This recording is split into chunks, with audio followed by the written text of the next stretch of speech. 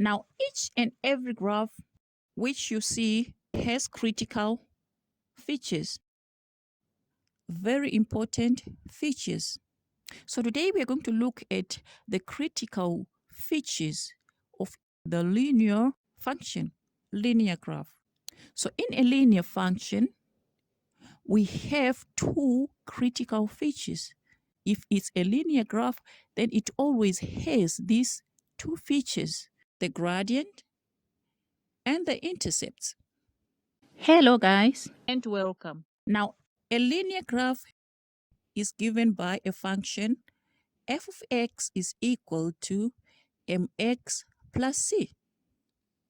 We can rewrite this as y is equal to mx plus c. Or you can say ax plus b. It's one and the same thing.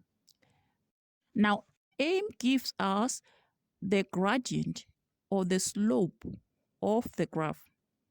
And then c will give us the y-intercept of the graph. The graph for a linear function is a straight line. It's either going to be slanting forward or it's going to slant backwards.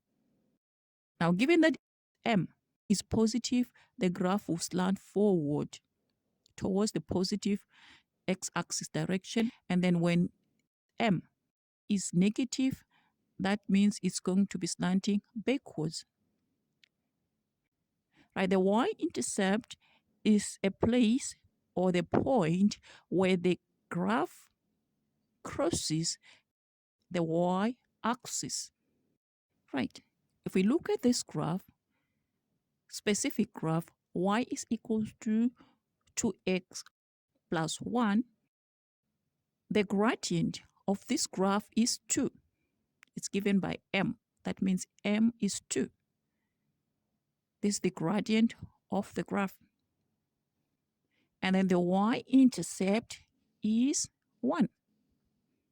What we're saying by y-intercept is this graph is crossing the y-axis at the point where y is equal to plus 1. But at this point, what is the value of x? It's 0. At the y-intercept, we have x is 0. The y-intercept is given by the value of y when x is 0. So always in a linear graph, the coefficient of x will give us the gradient, and then the constant in this equation will give us the y-intercept. So what is the gradient of this graph?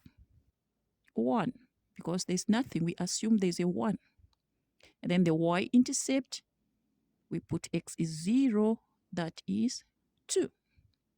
0, 2 is the y-intercept. So here are a couple of functions that depict linear graphs. Can you find the gradient and the y-intercept?